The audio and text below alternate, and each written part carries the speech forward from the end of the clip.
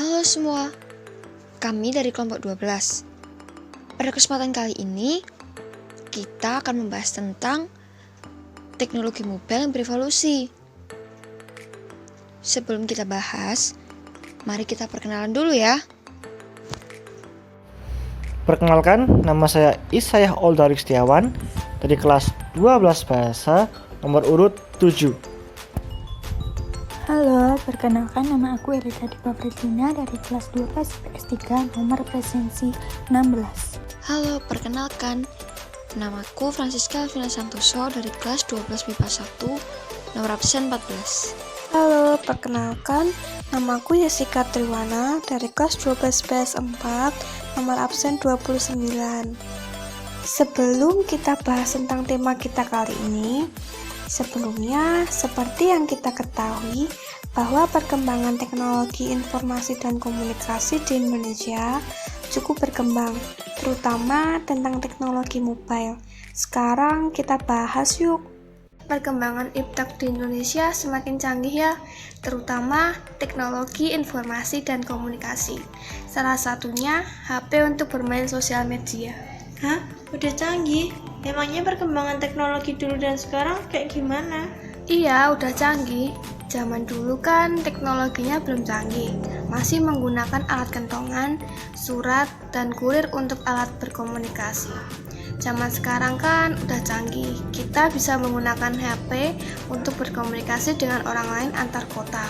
Media cetak, kita bisa membaca berbagai macam informasi dan pengetahuan.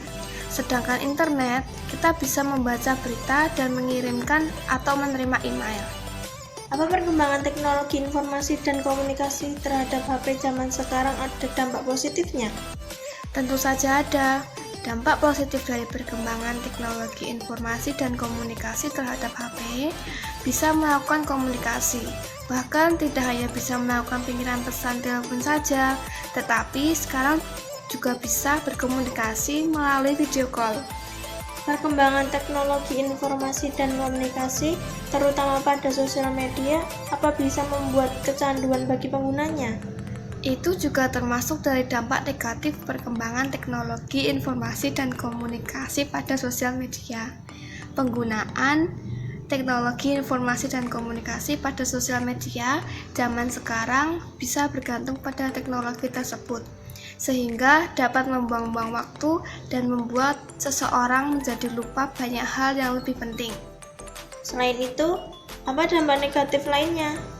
Dampak negatif yang lainnya, terutama pada anak-anak penerus bangsa yang menjadi malas belajar, bahkan tidak memiliki cita-cita, dan lebih banyak menggunakan waktunya untuk menikmati teknologi, seperti misalnya menggunakan internet secara terus-menerus akan mengakibatkan sumber daya manusia tidak memiliki kualitas yang baik. Perkembangan iptek di Indonesia dari tahun ke tahun sudah semakin baik nggak sih? Tentu sudah dong, bisa dilihat dari awal munculnya teknologi itu, kan komputer, dan hingga saat ini sudah ada berbagai ponsel yang sangat maju. Terus, apa sih dampak positifnya dari perkembangan iptek di Indonesia ini? Tentu ada dan banyak dampaknya, antara lain mempercepat informasi, sarana hiburan, media pertukaran, data-data secara cepat, dan mempermudah komunikasi antar wilayah yang jauh. Contohnya yang menonjol terutama di zaman sekarang apa sih? Yang terlihat jelas sih ya, sekarang kita tidak hanya komunikasi melalui pesan dan telepon saja, tapi bisa VC baik dari HP maupun laptop. Terus dari perkembangan iptek dari tahun ke tahun itu, apa masih ada dampak negatifnya yang kita rasakan sekarang? Ada dampak negatif yang sering terjadi pada masa sekarang, itu banyaknya pembajakan hasil karya kita atau pembajakan dari sosial media kita sendiri. Terus kita menjadi orang yang individualisme karena kita sudah asik dengan gadget kita sendiri-sendiri kalau sedang berkumpul, dan semakin banyaknya berita hoax yang tersebar khususnya di sosial media. Jadi kita sebagai pelajar jangan mudah terpengaruh dari berita-berita di luar sana yang belum pasti kebenarannya. Iya, betul, aku setuju sama kamu.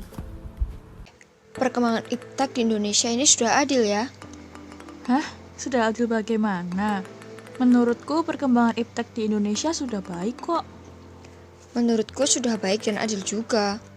Adil bukan berarti harus sama rata kan? Karena beberapa daerah tidak bisa menerima perkembangan teknologi mobile atau media sosial karena faktor lain. Emang faktornya apa aja? Faktornya seperti beberapa daerah di Indonesia bagian timur tidak bisa secara langsung menerima perkembangan teknologi mobile atau media sosial karena minimnya fasilitas yang dapat digunakan untuk proses perkembangan teknologi mobile ataupun media sosial. Faktor dari daerah itu sendiri juga bisa loh berpengaruh. Oh, kalau begitu apa ada hubungannya sih dengan keadilan? Tentu saja, setiap orang harus mendapatkan pengetahuan dan informasi tentang iptek atau ilmu pengetahuan dan teknologi, khususnya zaman sekarang. Oh gitu ya, terus apa lagi? Sebagai contoh nih, karena kemajuan iptek, kita lebih sering bermain media sosial daripada berkumpul dengan keluarga. Sebagai pelajar pula, keadilan kita untuk bertanggung jawab pada tugas sering terlupakan. Keadilan kita kepada teman-teman juga berkurang, karena kita lebih sering bermain dengan media sosial, sampai lupa bermain dengan teman. Gitu. Oh iya, Indonesia juga memiliki berbagai keberagaman, dari suku, budaya, ras, dan lain-lain. Dari keberagaman itu pula, kita diajak untuk saling toleransi dan menghargai. Dari keberagaman itu juga bisa menjadi salah satu faktor mengapa perkembangan teknologi informasi dan komunikasi tidak semua sama, tetapi bukan berarti tidak adil ya. Kemajuan teknologi dari dulu sampai sekarang banyak perubahan, khususnya di Indonesia. Apalagi penggunaan HP untuk media sosialnya. Kok bisa? Pada aku menemukan data dari data box yang bersumber dari WR Social Hootsuite 2020. Di sana ada data statistik berupa grafik batang yang menjelaskan tentang mayoritas masyarakat Indonesia menggunakan HP untuk media sosial apa saja. Ada apa saja? Ada YouTube dengan persentase tertinggi sekitar 88%, lalu dilanjut dengan WhatsApp sekitar 84%, lalu Facebook dengan 82%, lalu Instagram dengan 79%, dan hingga akhir WeChat sekitar 29%. Dari data ini juga kita dapat menemukan modusnya. Modus adalah nilai tertinggi dari data yang ada. Maka modus dari data tersebut adalah YouTube, karena YouTube memiliki persentase tertinggi. Kita juga dapat menemukan kuartil bawahnya dengan cara 1/4 dikali N+1. N adalah jumlah data yang ada. Jumlah data yang ada adalah 10. Maka 1/4 dikali 10 plus 1. 1/4 dikali 11. Jawabannya 2,7. 2,7 dan data tersebut adalah YouTube 1, WhatsApp 2. Maka kuartil bawah dan data tersebut adalah WhatsApp. Dan data tersebut kita juga dapat menemukan medianya atau nilai tengah. Maka nilai tengah yaitu dengan cara setengah dikali N+1. N+1 tadi kita sudah temukan yaitu 11. Maka setengah dikali 11. Jawabannya 5,5. 5,5 dan data tersebut adalah YouTube 1, WhatsApp 2, Facebook 3, Instagram 4, Twitter 5. Maka median dari data tersebut adalah Twitter. Kita juga dapat menemukan nilai atasnya dengan cara 3/4 dikali N+1. N+1 kita sudah temukan yaitu 11. Maka 3/4 dikali 11. Jawabannya 7,2. 7,2 dari data tersebut adalah YouTube 1, WhatsApp 2, Facebook 3, Instagram 4, Twitter 5, Line 6, dan Facebook Messenger 7. Maka kuartil atas dari data tersebut adalah Facebook Messenger. Dari sini kita tahu bahwa masyarakat zaman sekarang lebih suka menggunakan teknologi. Bahkan sedikit saja yang masih setia menggunakan barang-barang tradisional.